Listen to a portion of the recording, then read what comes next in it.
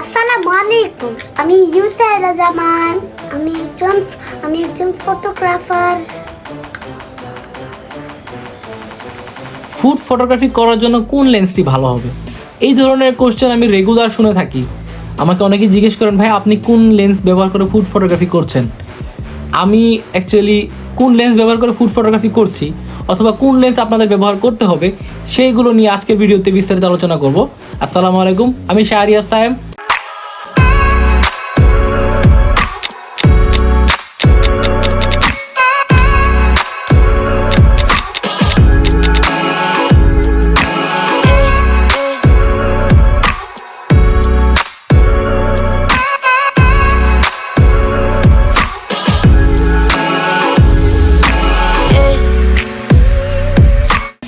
প্রথমে আপনারা যারা বিগিনার লেভেলে আছেন আপনাদের জন্য সবচেয়ে ভালো হবে প্রাইম লেন্স। প্রাইম লেন্সের মধ্যে আপনারা 35mm ব্যবহার করতে পারেন, 50mm ব্যবহার করতে পারেন বা 85mm ব্যবহার করতে পারেন।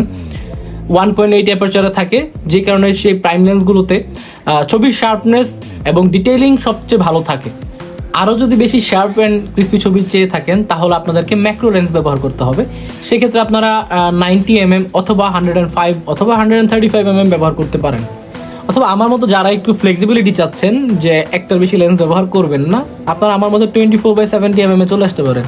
হ্যাঁ, আমি ব্যবহার করছি 24/70mm লেন্স। 24/70mm লেন্স ব্যবহার করার একটি সুবিধা হচ্ছে যে আপনি যখনই ওয়াইড রেঞ্জের ছবি চাচ্ছেন আপনি এটা দিয়ে নিতে পারছেন। যখনই আপনার ক্লোজ আপ শট দরকার হচ্ছে আপনি এটা দিয়ে নিতে পারছেন। যখনই আপনাকে জুম করে ছবি তোলা লাগছে সেই ছবিটা আপনি এই লেন্সে নিতে পারছেন। এই জন্য আমি আসলে ফ্লেক্সিবিলিটির জন্যই এই লেন্সটি ব্যবহার করে থাকি। আমি আমার ফুড ফটোগ্রাফি ক্যারিয়ারের শুরুতে ক্যাননের ক্যামেরা ব্যবহার করতাম। আমি ফুড ফটোগ্রাফি করার জন্য তখন 40mm এবং 85mm দুটি লেন্স ব্যবহার করতাম। 40mm দিয়ে আমার ওয়াইড রেঞ্জের ছবি নেওয়া হয়ে যেত, 85mm দিয়ে হচ্ছে আমি ক্লোজ আপ শটগুলো নিয়ে নিতাম। তো আমার এই দুইটি লেন্সে হয়ে যেত। এখন যেহেতু হচ্ছে আমাকে লাইটিং থেকে শুরু করে প্লাস ব্যাকড্রপস থেকে শুরু করে ব্যাকগ্রাউন্ড এগুলো নিয়ে যেতে হয়, আমি এখন লেন্সের ক্ষেত্রে একটু কৃপণ হয়ে গিয়েছি। এই জন্য আমি একটি লেন্স দিয়ে যেন কাভার করা যায় এই জন্যই আমি 24/70 লেন্সই ব্যবহার করছি। আশা করি আপনারা এই টিপসগুলো কাজে লাগিয়ে লেন্সের ব্যবহারগুলো প্রপারলি করবেন এবং আপনারা এখন হয়তো জেনে গেছেন আপনার জন্য কোন লেন্সটি প্রয়োজন বা আপনি কোন লেন্সটি দিয়ে কাজ করবেন।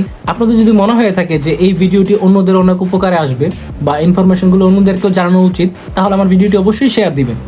আর কমেন্টে অবশ্যই আপনারা আপনাদের তোলা ছবিগুলো আমাকে দেখাবেন।